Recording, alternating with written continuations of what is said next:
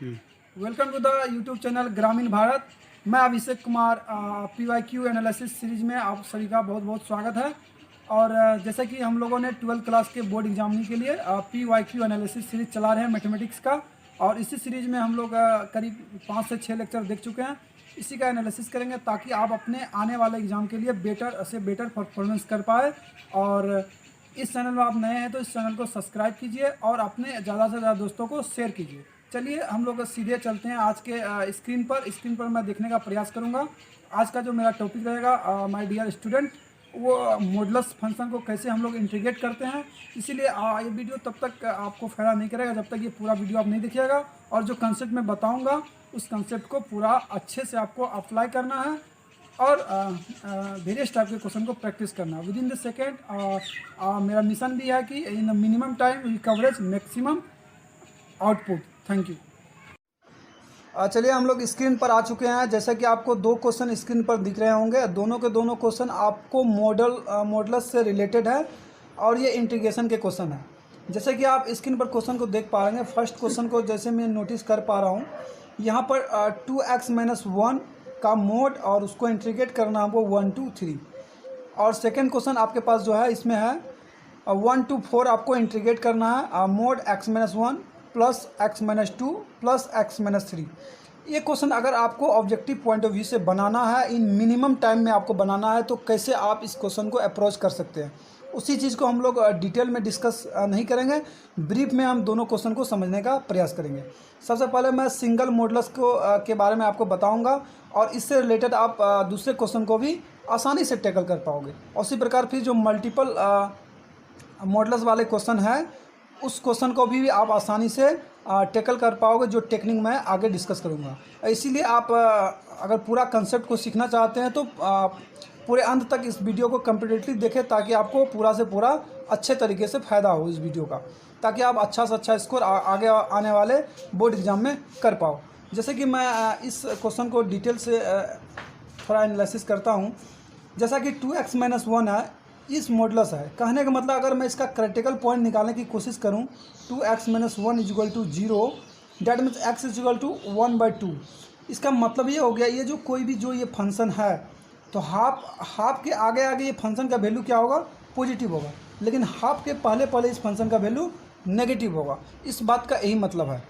तो यहाँ से हम ये कर सकते हैं, हमको चूँकि 1 to 3 इंटीग्रेट करना है, 1 मेरे इस वाले भाग में आएंगे, पॉजिटिव वाले डेफिनेशन, मतलब यहाँ हाफ है तो यहाँ 1 आएगा, यहाँ 2 आएगा, यहाँ 3 आएगा। कहने मतलब हमको पॉजिटिव वाले डेफिनेशन यूज करना है। ये तो एक तरीका हो गया। आप इसे क्या करोगे, दो भाग में ब्रेक करोगे इस फंक्शन को। ये क्या होगा, 2x-1 होगा और ये क्या होगा, माइनस 2x-1 होगा। इस फंक्शन को दो भाग में आप ब्रेक करोगे, ये पॉजिटिव साइड वाले और ये पॉजिटिव डेफिनेशन कहाँ रहेंगे, नेगेटिव डेफिनेशन कहाँ रहेंगे। I already told you in above line, this line में मैं आपको बता रहा हूँ।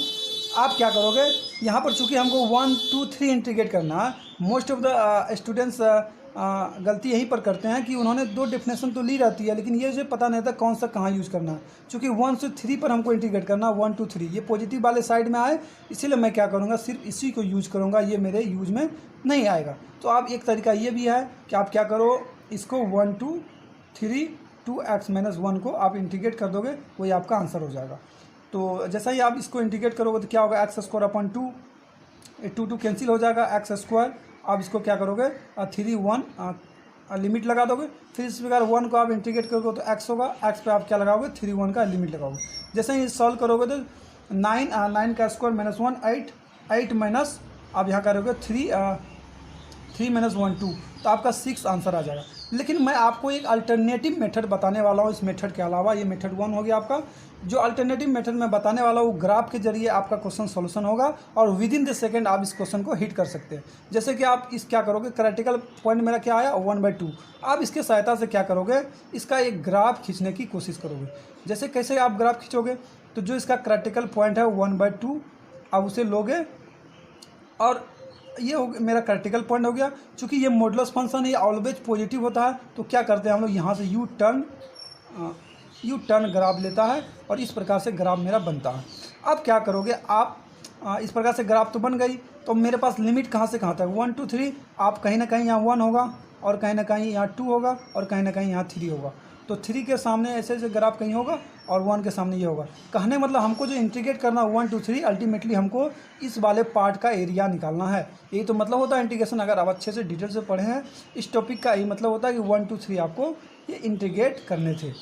तो आप क्या करो, इसका अगर एरिया निकाल दोगे, मैं इसका एरिया को मैं डेल्टा से डिनोट करता हूँ। अगर आप डेल्टा को निकालने की कोशिश करोगे तो क्या करोगे, देखो ये चूँकि ट्रेपेजियम का शेप है, ट्रेपेजियम का शेप का ये चीज़ कितना है, आप इसे कैलकुलेट करोगे ये हाइट कितना आपको मिलेगा। जब आप 1 रखोगे फंक्शन में, यहाँ अगर 1 रखते हो तो क्या मिलेगा आपको, 2 × 1 - 1 का मोड, तो 1 मिलेगा। तो कहीं ना कहीं ये 1 पर है। फिर अगर 3 आप रखते हो इस फंक्शन में तो 2x 2 - 3 - 1, तो 6 - 1 ये कहीं ना कहीं 5 आएगा। तो ये जो आपका ये पॉइंट होगा ये कहीं ना कहीं ये 5 को रिप्रेजेंट कर रहा है। ये यहाँ से यहाँ तक 5 है और यहाँ से यहाँ तक 1 को रिप्रेजेंट कर रहा है। अब half into sum of parallel side 1 × 1 + 5 into आप क्या करोगे, ये जो इसके बीच का जो डिस्टेंस है हाइट है 3 - 1, तो 3 - 1 करोगे तो 2 होगा। तो जैसे ही आप इसे फर्दर सॉल्व करोगे 6/2 × 2, तो आपका जो आंसर आएगा 6 स्क्वायर यूनिट आएगा, इसका एरिया आएगा। तो यही मेरा क्या हो जाएगा, इंटीग्रेशन हो जाएगा मेरा 6। और इसी दोनों मेथड से आप देख पा रहे हो, दोनों के दोनों मेथड से सेम ही आंसर आपका हुआ। लेकिन यहाँ से आप एक कंसेप्ट को सीख पाए किस प्रकार से हम किसी भी मॉडुलस फंक्शन के ग्राफ को खींच सकते हैं। आई थिंक आप अगर 12th स्टैंडर्ड में पढ़ रहे हैं तो आपको एक ग्राफ बहुत अच्छे से आ रही होगी मॉडुलस फंक्शन का। इसी प्रकार इसी कंसेप्ट को ध्यान में रखते हुए हम लोग क्या करेंगे, सेकेंड क्वेश्चन को भी इसी प्रकार से एनालिसिस करेंगे। चलिए हम लोग सेकेंड क्वेश्चन को देखते हैं।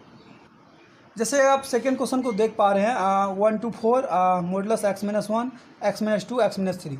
इस प्रकार के क्वेश्चन अगर मल्टीपल मतलब सब्जेक्टिव में आए तो आपको किस प्रकार से बनाना है, अगर ऑब्जेक्टिव में आए तो किस प्रकार से बनाना है। तो इसके दोनों के दोनों मेथड मैं आपसे शेयर करूंगा और आप आसानी से सीख पाओगे।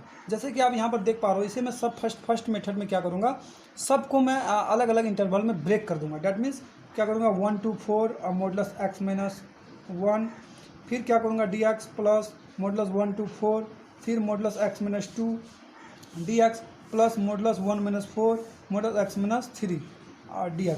तो पहले वाले क्वेश्चन में मैंने सेपरेटली कैसे डिस्कस किया है, आप आसानी से देख पा रहे हो, उसको आपको यहाँ पर यूज़ करना है। क्योंकि एक के आगे आगे मेरा डेफिनेशन क्या होगा, x बराबर ये इसका क्रिटिकल पॉइंट होगा, तो इस एक के आगे आगे मेरा डेफिनेशन पॉजिटिव होगा, ये 2 के आगे आगे मेरा डेफिनेशन क्या होगा, पॉजिटिव होगा।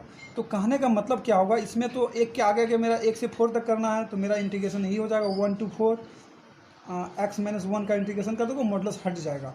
फिर उसी प्रकार अगर यहाँ पर 2 है, 2 के आगे आगे मेरा इंटीग्रेशन क्या होगा, पॉजिटिव होगा। लेकिन 2 के पहले 2 to 4 आप इंटीग्रेशन करोगे तो x - 2 ये पॉजिटिव वाला करोगे। लेकिन 2 के पहले आपको 1 to 2 जो आप करोगे 1 to 2 यहाँ आपको नेगेटिव वाले प्रयोग में लाने हैं। ये थोड़ा सा डिफरेंस हो जाता है यहाँ पर।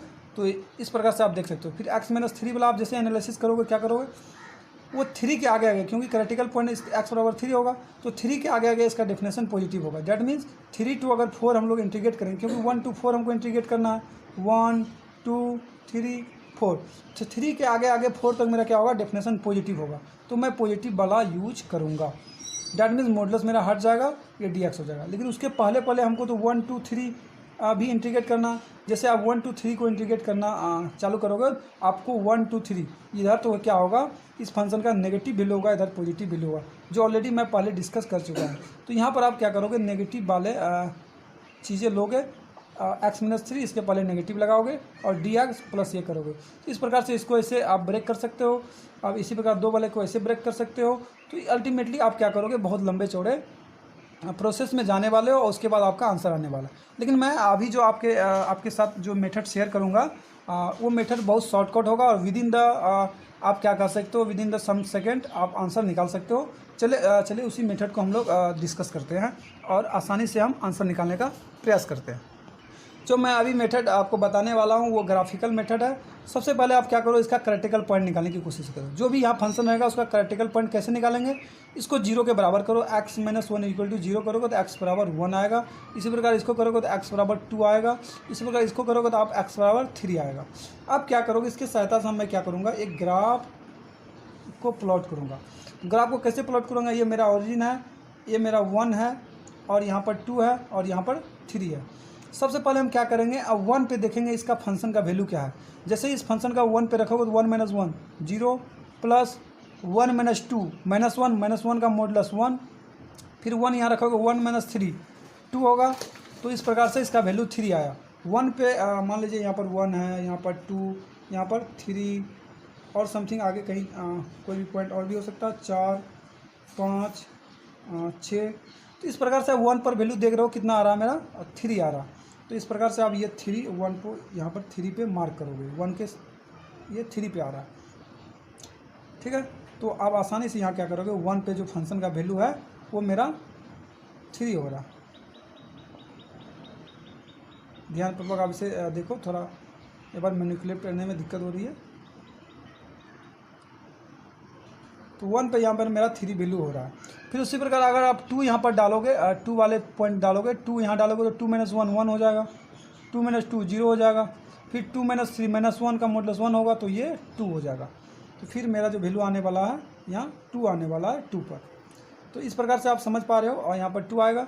फिर अगर आप यहाँ पर 3 पुट करोगे, ये वाला पुट करोगे, 3 - 3 0 हो जाएगा, फिर 3 - 2 1 हो जाएगा, फिर 3 - 2 1, यहाँ पर 2 हो जाएगा, तो 2 1 3, यहाँ भी वैल्यू 3 आई आने वाला है।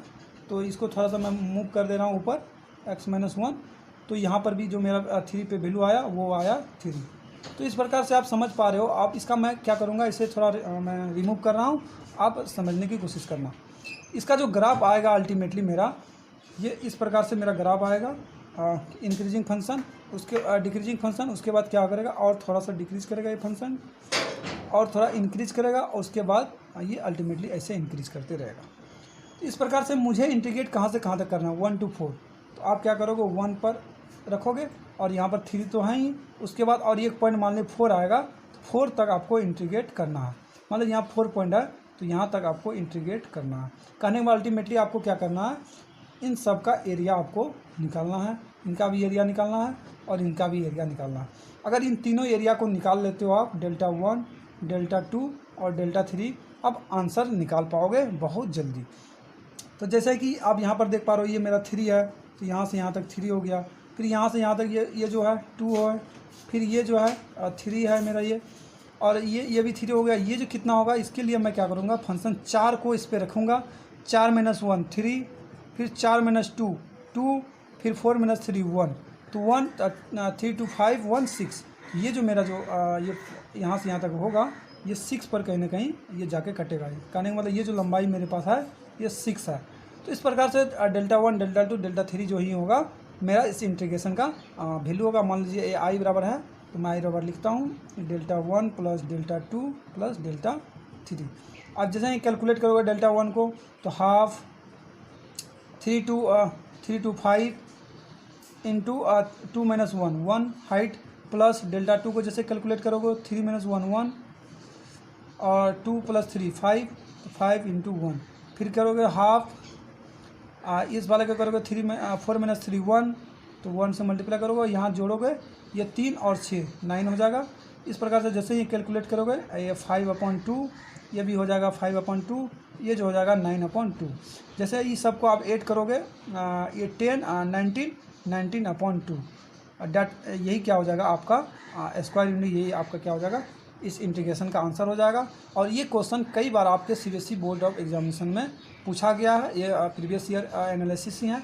अगर आपको ये सीरीज़ बहुत अच्छा लगा, आपका कुछ हेल्प हुआ है, आप अपने ज़्यादा से ज़्यादा दोस्तों को शेयर कीजिए, और इस चैनल में नए तो इस चैनल को सब्सक्राइब कीजिए। Thank you very much.